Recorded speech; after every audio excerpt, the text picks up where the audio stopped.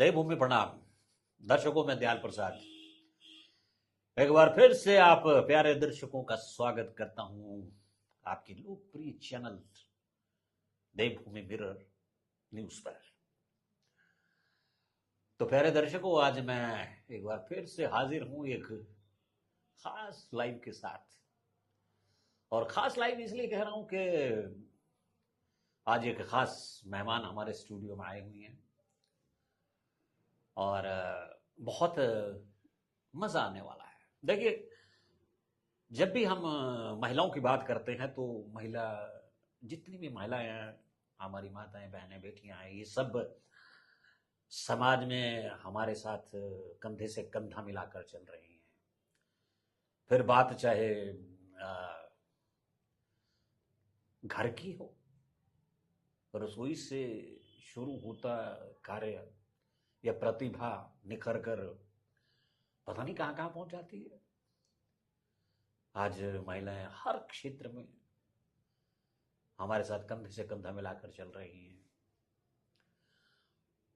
चाहे वो नर्सिंग का क्षेत्र है, चाहे वो ड्राइविंग का क्षेत्र है, चाहे वो कंडक्टरी का क्षेत्र हो, चाहे डॉक्टरी है, चाहे इंजीनियरिंग है, हर जगह आप महिलाओं को पाएंगे।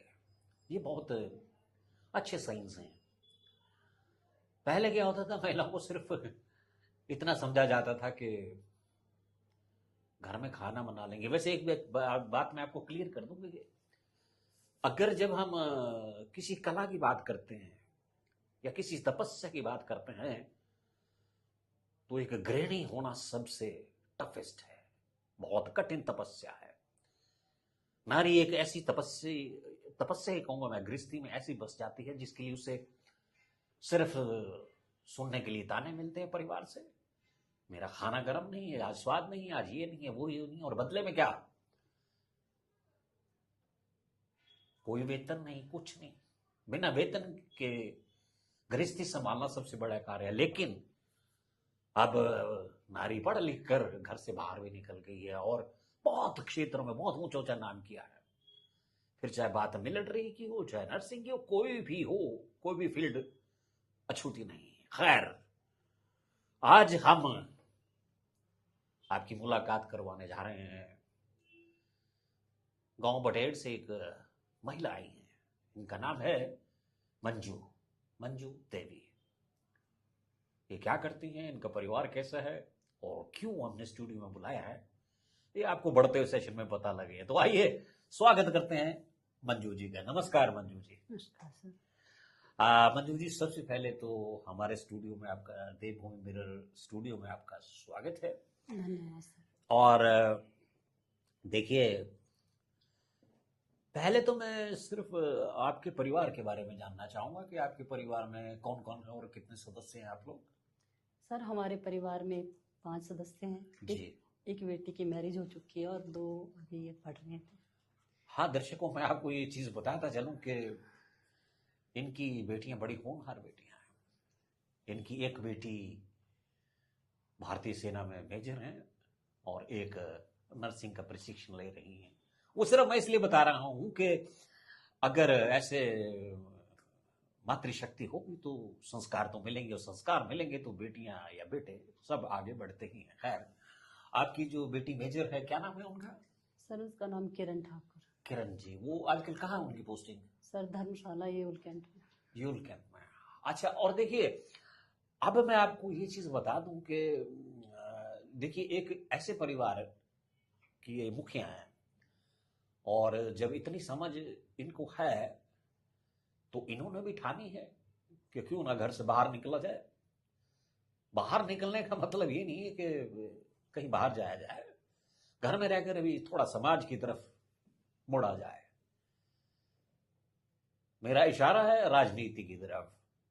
मंजू जी, आपकी पंचायत का नाम है सधरैण पंचायत। सधरैण पंचायत इनकी पड़ती है और एक बार वहां से ये इलेक्शन लड़ भी चुकी हैं। शायद मात्र कुछ थोड़े से अंतर से पीछे रह गई थी, एक लक्ष्मण रेखा को उसको पार नहीं कर पाई थी। लेकिन इस बार मन में ठान के रखा है कि सधरैण पंचायत से विजयी होंगी। तो सिर्फ मैं अब इनसे बात करता हूं कि आपने, मंजू जी, आपका रुझान इस तरफ क्यों हुआ? सर हम चाहते हैं कि महिलाएं आगे आए, क्योंकि हमारा जो पुरुष प्रधान समाज। समाज है, तो यहाँ पर पुरुषों को ज्यादा महत्व दिया जाता है और नारी शक्ति को तो ये होती घर में रहो, गृहिणी है आप, आपका राजनीति में कोई काम नहीं है। जी। इस टाइम भी ऐसे बोला जा रहा है कि ऐसे कि राजनीति में मतलब लेडीजों को नहीं आना चाहिए ओपन सीट में, लेकिन एक जज्बा है, मैंने जो है चुनाव लड़ना ही है सर। मतलब सीट आपकी इस बार ओपन है? जी सर। पिछली बार लेडीज रिजर्व थी। जी जी। तो वैसे एक चीज वैसे मेरे मन में आ रही है कि आप जब इलेक्शन लड़ रही हैं, इलेक्शन जीत जाती हैं, तो आपके दिमाग में क्या क्या कार्य हैं जो आप करना चाहेंगी? सर सबसे पहले तो मैं बेटियों के लिए, जैसे वो आजकल असुरक्षित है, इस घर से बाहर अगर अंधेरा हो जाए तो पेरेंट्स को टेंशन रहती है कि पता नहीं जी टाइम से पहुंचेगी या कुछ अनहोनी ना हो जाए, उनका ध्यान उस तरफ ही रहता है। जी जी। तो मैं बेटियों के लिए जैसे सेल्फ डिफेंस वगैरह के लिए उनके आत्मरक्षा के गुण उनको सिखाना चाहती हूँ। और बाकी जैसे गांव में समूह बने हुए नारियों को आत्मनिर्भर बनाने का प्रयास जी करूंगी। जी जी। बाकी सर देखिए, मंजू जी ने बहुत अच्छी बात की कि जैसे अभी हत्याकांड हुआ है और पहले भी बहुत कुछ होता रहा है, तो नारी की सुरक्षा के लिए नारी को खुद आगे उठना होगा। जो ये अभी प्रशिक्षण की बात कर रहे हैं, सेल्फ डिफेंस की ट्रेनिंग आज की लड़कियों के लिए, आज की नारी के लिए बहुत जरूरी है।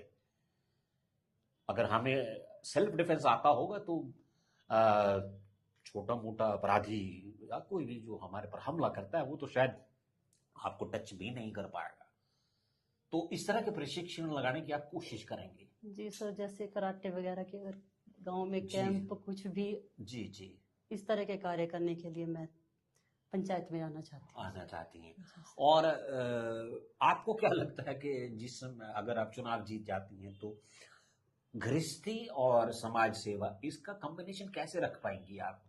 सर गृहस्थी तो सभी नारियां गृहस्थी में निपुण होती है, वो अपने लिए समय निकाल ही निकाल लेती लेती है। है जी ना? सर। और उसमें बहुत सी बातें रहे, ऐसा तो नहीं होगा कि परिवार पीछे छूट जाए? नहीं सर, ऐसा नहीं है, परिवार की तरफ से फुल सपोर्ट है जी। जी जी। अच्छा, एक बार थोड़ा सा मैं आपके बच्चों की तरफ फिर से मुड़ना चाहूंगा। जैसे कि मैंने दर्शकों को बताया था कि आपकी बेटी सेना में मेजर है, जी सर। तो वो कौन से सन में मेजर बन गई थी? सर उनको तो बने हुए करीब 8 साल हो गए। 8 साल से मेजर? हाँ जी। अच्छा, 8 साल से। सर। और एक बेटी आपने बताई नर्सिंग में है। नर्सिंग ऑफिसर जॉब करते हैं सर। और ये बच्चे जो हैं आपकी, और बेटा क्या करता है? बेटा सर बी फार्मेसी का लास्ट सेमेस्टर। सेमेस्टर का कहाँ से कर रहे हैं? सर कैरियर पॉइंट यूनिवर्सिटी से। करियर पॉइंट से। देखिए क्या होता है कि दर्शकों, में सिर्फ इनसे इसलिए पूछ रहा था कि इनका जो बैकग्राउंड है, जो देखिए एक परिवार का संचालन करना, एक परिवार का मुखिया होने के नाते परिवार को जब हम चलाते हैं, उसमें सक्षम होते हैं, तो कहीं ना कहीं हम समाज को बहुत कुछ दे सकते हैं। और इस तरह के उम्मीदवारों का जीतना और आगे आना बहुत ज्यादा जरूरी है कहीं ना कहीं हमारे समाज के लिए। अच्छा मैडम, एक चीज और मैं आपसे पूछना चाहूंगा कि जिससे आपने बच्चों को अपने पाला, उसी तरह से क्या गरीब बच्चों की आप सहायता करेंगे? सर हमारी तो पूरी कोशिश रहेगी, क्योंकि हम भी मिडिल क्लास फैमिली से बिलोंग करते थे, लेकिन जी अपनी मेहनत से हम आगे आना चाहते हैं जी और जी। प्रयास कर भी रहे हैं सर। देखिए, सुनने में क्या आता है कि कई बार जो गरीब तबका होता है, देखिए मैं आरक्षण की बात नहीं कर रहा हूँ, कृपया ध्यान दें आप। जो गरीब तबका होता है वो किसी न किसी कारणों से, मान लीजिए कल को पता लगता है कि कोई बच्चा, उसके पास पढ़ाई के लिए पैसे नहीं है, तो क्या इस तरह की हेल्प भी आप करना ही जी चाहिए? सर, हम पंचायती स्तर पर भी और भी एनजीओ के द्वारा हम उनकी हेल्प करेंगे करेंगे जी। करेंगे। देखिए बहुत अच्छे विचार हैं आपके, और कहीं ना कहीं और आपके आने, जैसे जैसे आप पंचायत में मतलब इलेक्शन जीतते हैं या नहीं जीतते हैं, तो फिर भी आप सेवा में लगी रहेंगी। जी तो प्रेजेंटली आप, वैसे जैसे आपने बताए थे समूह की बात की थी, ये जो सेल्फ हेल्प समूह होते हैं, इनको चलाते कैसे हैं?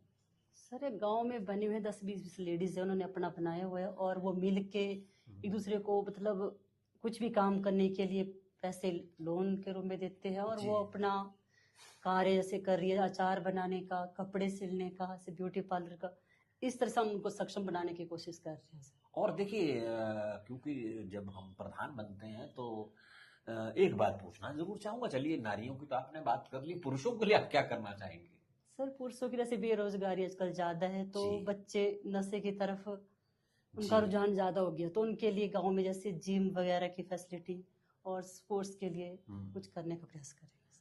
और जैसे आजकल क्या देखिए, चिट्टा जो है बहुत ज़्यादा फैल रहा है और कहीं ना कहीं गांव तक बहुत भारी पहुंच हो चुकी है, जी तो उसके विरुद्ध भी आप कुछ ना कुछ हाँ, करेंगे? नशा मुक्ति अभियान चलाने की पूरी कोशिश करेंगे। और चला भी रही होंगी वैसे तो आप। नहीं, जैसे बीच बीच में हम जाते हैं इसके लिए कि जी। थोड़ा इसमें रोकथाम हो, जी। जी। लेकिन जैसे हमारे पास कुछ पावर्स होती है तो हम उस पर ज्यादा काम कर सकते ज़्यादा हैं। काम कर सकते हैं। देखिए, इनका कहने का मतलब ये है कि जैसे हम किसी पोस्ट पर आते हैं तो वो ज़्यादा प्रभाव पड़ जाता जी है। सर। लोग आपकी बात सुनेंगे। सुनेंगे।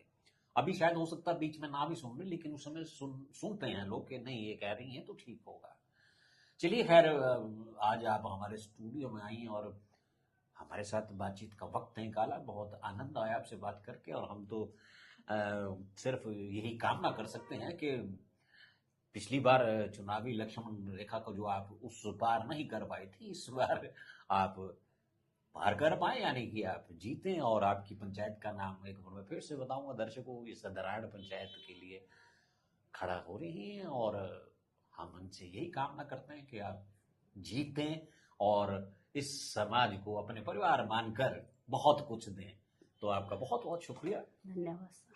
तो दर्शकों, जैसे मैं अभी मंजू जी से बात हुई हमारी, और बहुत अच्छा लगा। देखिए, नारियां हर क्षेत्र में आगे आ रही हैं। जैसे पॉलिटिक्स की बात की है हमने, तो पॉलिटिक्स में भी आ रही हैं, और नारियां हर जगह बढ़ चढ़कर आगे हिस्सा ले रही हैं।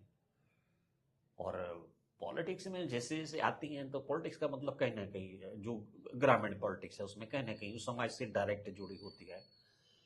तो मेरा ये मानना है कि नारी समाज को बहुत कुछ दे सकती है अगर वो राजनीति में जाती है। तो आप कृपया न केवल मंजू जी का सहयोग करें, बल्कि जो और भी नारियां चुनाव में खड़ी हो रही हैं उन सब की हेल्प करें। इन्हीं शब्दों के साथ मैं दयाल प्रसाद फिलहाल आपसे विदा चाहूंगा। धन्यवाद, शुक्रिया, थैंक यू एंड जय हिंद।